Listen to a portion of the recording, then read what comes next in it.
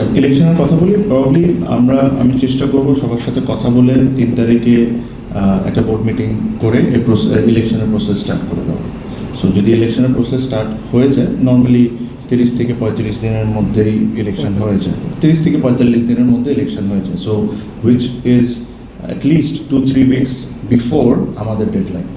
ঠিক আছে। সেকেন্ডলি, যেটা রিজাইনের কথা বলেছেন, এরকম কোনো কথা আমরা চিন্তা করিনি। আমি ব্যক্তিগতভাবে তো এরকম কোনো কথাই চিন্তা করি না। ডে ওয়ানে আমি বলেছি যে আমি ইলেকশন করব, প্রেসিডেন্টের ইলেকশন আমি অবশ্যই পার্টিসিপেট করব। I will follow the constitution, and কনস্টিটিউশনে যে জিনিসটা উল্লেখ করা আছে, যে জিনিসগুলো আমাকে অ্যালাউ করে, আমি ওইভাবেই করে আগাবো। যদিও প্রেসিডেন্ট হিসেবে সময় একটু কম, বাট আপনি আপনার ডিজায়ার করছেন যে পরবর্তী ইলেকশন আপনি না, প্রেসিডেন্ট হবো না, ইলেকশন করবো। ধরে নিচ্ছি যে আপনার ভিশনটা ওই রকম। হ্যাঁ, সেটা যদি একটা লং ভিশন থাকে আপনার, আপনি যেহেতু কিছু জায়গায় হাত দিচ্ছেন পজিটিভ আউটকামের জন্য, একটা বিষয় কি বাংলাদেশে যখন আপনারাও খেলেছেন, আপনি সাকিব মাশরাফি শেখ মাহমুদ পঞ্চপার্বণ বলে আপনাদের, যেমন বাংলাদেশের মানে গোল্ডেন টাইম, তখনও কিন্তু বাংলাদেশের ক্রিকেট বিক্রি হতো না। সরি, ক্রিকেটের মার্কেট ছিল, ক্রিকেটটা বিক্রি হতো। ইন্টারন্যাশনাল সিরিজে আমরা স্পন্সর পেতাম না, লাস্ট ডে পর্যন্ত ওয়েট করতে হতো। জাতীয় ক্রিকেট লিগ স্পন্সর ছাড়া হয়েছে, ইস্পাহানি শেষ পর্যন্ত কাউকে পেত না, ইস্পাহানি না তো ওয়ার্ড করতো। এই যে একটা আমরা অলিখিতভাবে জানি যে একটা সিন্ডিকেট কাজ করে সামটাইমস, এবং কখনো কখনো টিভি রাইটসের ক্ষেত্রে কথাগুলি শোনা যায়। আপনি যেহেতু কিছু জিনিসের মধ্যে হাত দিচ্ছেন, এগুলো আপনার প্রায়োরিটি 100%, বিকজ বিসিবির রেভিনিউ জেনারেট করা ইজ টপ প্রায়োরিটি। এটার জন্য এখানে কোনো সিন্ডিকেট থাকতে পারে না। আমার একটা বড় সুবিধা হলো, আমার কোনো লোক নাই বিসিবিতে। আমি একজন খেলোয়াড় ছিলাম, আমি খেলোয়াড় থেকে অর্গানাইজার হয়েছি, আমি অর্গানাইজার থেকে এখন বোর্ডে একটা দায়িত্ব পেয়েছি। সো এখানে কোনো দিক থেকে কাউকে কোনো ধরনের কোনো অ্যাডভান্টেজ দেওয়া হবে না। The only advantage is going to get is BCB. আমি এই জিনিসটা আপনাকে রেস্ট এশিওর করি। আমরা এই দায়িত্ব নিয়েছি 15-20 দিন হয়েছে। এই 15-20 দিনে যা যা করা সম্ভব পার্সোনালি বা অফিসিয়ালি আমরা সবার সাথে কথা বলে জিনিসটা করছি। আমার কাছে মনে হয় যে আমাদের রেভিনিউটা অনেক বেশি জেনারেট করতে হবে। একটা সময় আমাদের রেভিনিউটা বেশ ভালো ছিল, গত 1-1.5 বছরের রেভিনিউর অবস্থা খুবই খারাপ। So ICC funding is massive thing, যেটা আমাদেরকে হেল্প করছে সার্ভাইভ করতে।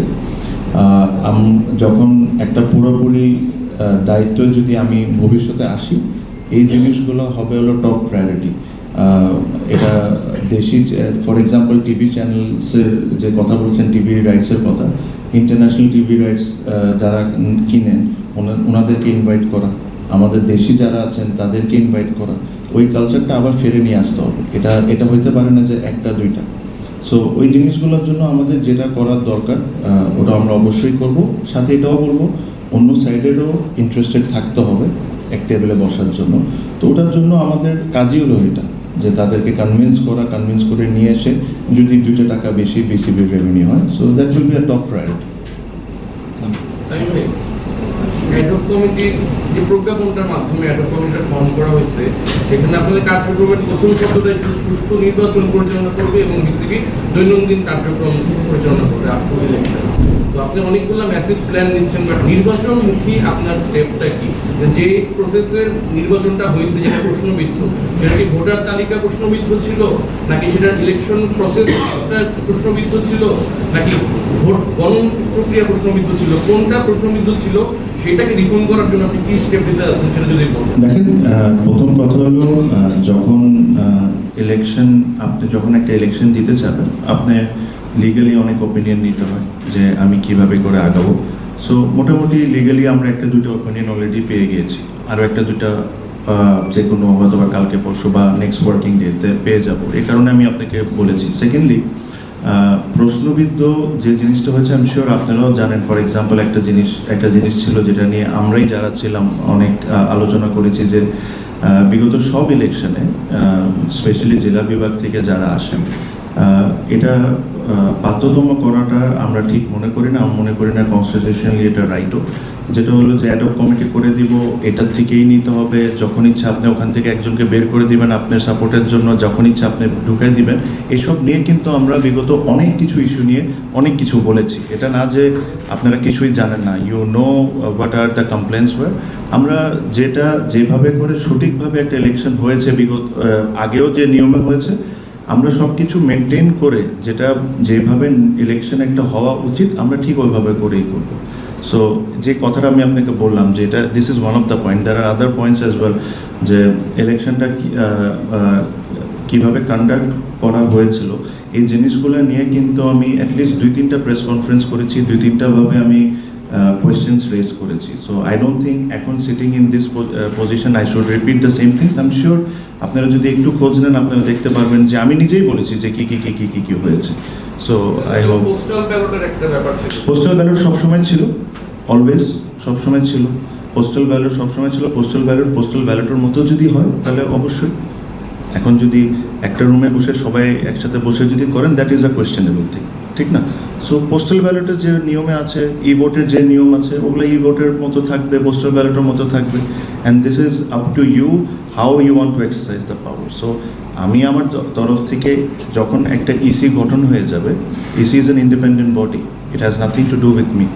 আমার কাজ হলো বা আমাদের কাজ হলো যে আমরা ডে টু ডে অ্যাক্টিভিটিস করতে থাকবো, এখানে যদি কোনো কিছু আসে বা কোনো কিছু কাজ করা যায় এসবের উপর ফোকাস করতে থাকবো। যখনই ইসি গঠন হয়ে যাবে this will be their headache to do, but these are all in the system. যে কথাগুলো আপনি বলেছেন, সিস্টেমে তো অনেক কিছু থাকে, বাট ওই অনেক কিছুকে আপনি কীভাবে ইউজ করছেন এটা অনেক কিছু ডিপেন্ড করে। সো আই হোপ, যেহেতু আমরা ফেয়ার ইলেকশন নিয়ে এত কথা বলেছি, আমি এতটুকু আশা করি যে আমাদের আন্ডারে ইনশাল্লাহ আমরা ফেয়ার ইলেকশন করতে পারবো। Last 3 question.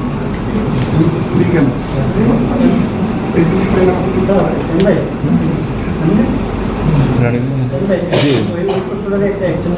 আপনাদেরকে যেই তদন্ত কমিটির প্রতিবেদনের বিরুদ্ধে আগে কমিটিটা ভেঙে কমিটিতে করা হয়েছিল, সেই তদন্ত কমিটির প্রতিবেদনে কিন্তু কিছু সুপারিশ ছিল নির্বাচন সংখ্যা, এর মধ্যে মানে গণতন্ত্র সংশোধন প্লাস নির্বাহী মানে ইলেকট্রাল জিনিসটার সঙ্গে নির্বাহী বিভাগের একটা তফাৎ রাখা, ইলেকশনের টাইমিং, এরকম অনেকগুলো সুপারিশ ছিল। সেই সুপারিশগুলো কতগুলো আপনারা বাস্তবায়ন করতে পারবেন বলে মনে হয়? যদি ফাইনালি আপনারা বাস্তবায়ন না করতে পারেন তাহলে যেই মানে অনিয়ম এবং ইয়ার অভিযোগটা লাস্ট বোর্ডের এগেইনস্টে আছে বা লাস্ট নির্বাচনটা নিয়ে, সেইটা একটা সম্পর্কে আপনাদের এটা হলো ইলেক্টেড বডির জন্য ছিল, আমাদের কোনো অধিকার নেই কনস্টিটিউশন চেঞ্জ করার। হ্যাঁ, একটা মিনিট, ঠিক আছে।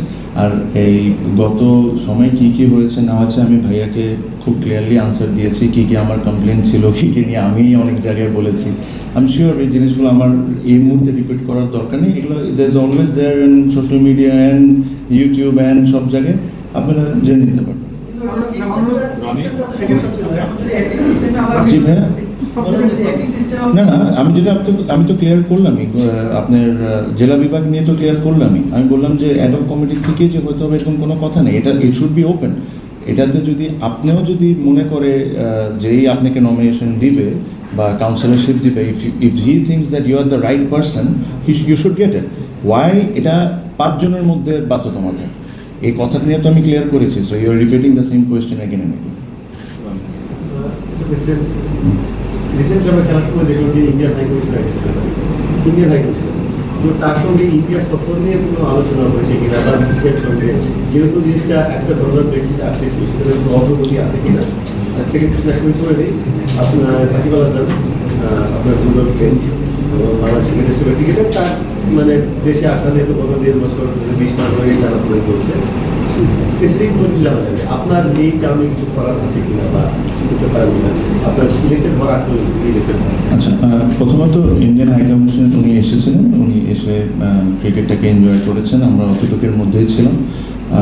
যখন একটা ইলেকটেড বডি আসবে প্লাস আমাদের এখান থেকে যেটা থাকবে ওই কমিউনিকেশন খালি ইন্ডিয়ার সাথে না বাকি সব দেশের সাথে আমাদের শুরু করতে হবে। শুরু করে এটা মেক শিওর করতে হবে যে বাংলাদেশ কীভাবে করে আরও বেনিফিটেড হয়, কীভাবে করে ভালো ভালো ট্যুর করে বা ভালো ভালো হোম সিরিজ আনতে পারে। So this is a process যেটা একটা ইলেকটেড বডি করা উচিত। আর অনেকেই ইনভাইটই থাকে, অনেকেই আসে, আমাদের দায়িত্ব হলো তাদেরকে ভালোভাবে হোস্ট করা, খেলা নিয়ে কথা বলা, হ্যাঁ।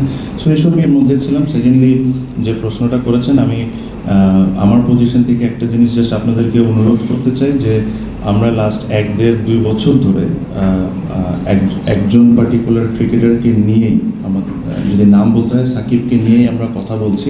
But I will also request, যখন আমরা এই প্রশ্নটা করেন, আমাদের 3জন ক্রিকেটার, 3জন এক্স ক্যাপ্টেন মাশরাফি মুর্তজা, নাইমুর রহমান দুর্জয়, সাকিব আল হাসান একই ধরনের সিচুয়েশনে আছে। তো it is not right for me to sit here and talk about only one particular cricketer. আমার কাছে মনে হয় যে আমরা যখন প্রশ্ন করব, আপনারাও যখন প্রশ্ন করবেন, please make sure that you are mentioning the other 2 ex captain also. যে বিষয়টা আছে আমাদের তরফ থেকে ক্রিকেটিং এনি সুযোগ সুবিধা বা যে কোনো কিছু আমরা তাদেরকে ওপেন আর্মে ওয়েলকাম করব। যে জিনিসগুলা যে লফুলি যে জিনিসগুলো আছে, আপনি আমাদের মিনিস্টার সাহেবও বলেছেন, উনিও বলেছেন যে এটার প্রতি আমরা নমনীয় হব, ওনার তরফ থেকে বলেছেন। অ্যাজ ক্রিকেট বোর্ড আমাদের তরফ থেকে ক্রিকেটিং যেসব জিনিসে আমরা হেল্প করতে পারি, will always there, will welcome them with open arm, যদি ওনাদের ওই সমস্যাগুলো ওনারা সমাধান করে আসেন। Last question. আপনার ডেভেলপমেন্ট ডেভেলপমেন্ট দুই ধরনের হয়, একটা সাবজেক্ট ডেভেলপমেন্ট আর একটা মানে টেকসই ডেভেলপমেন্ট।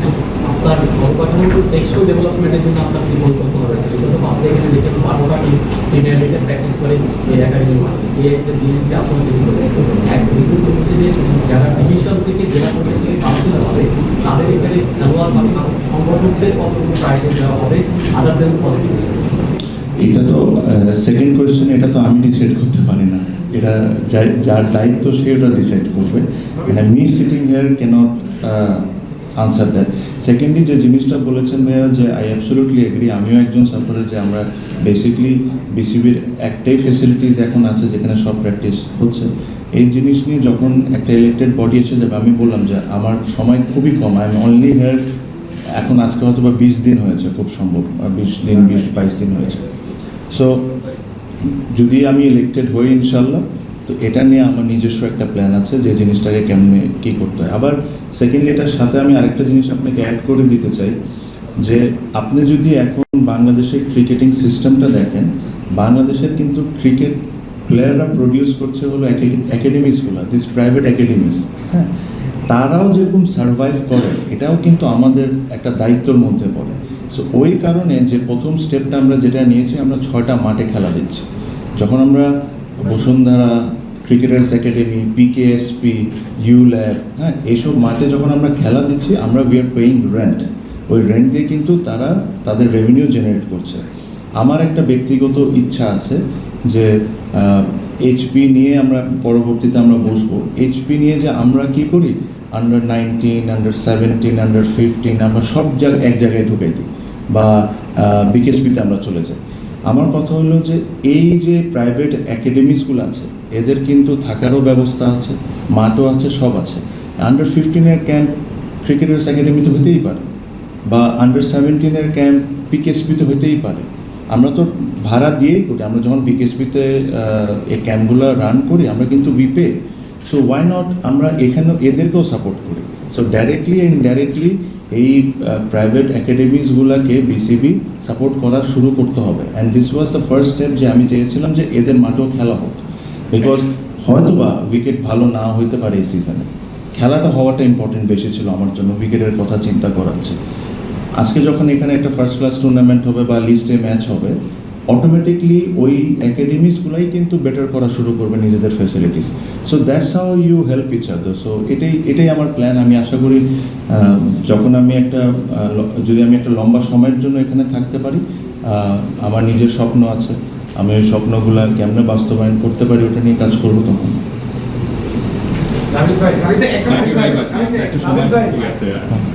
অনেকেই আপনার আগে 3জন জিজ্ঞেস করেছে। ওকে, থ্যাংক ইউ।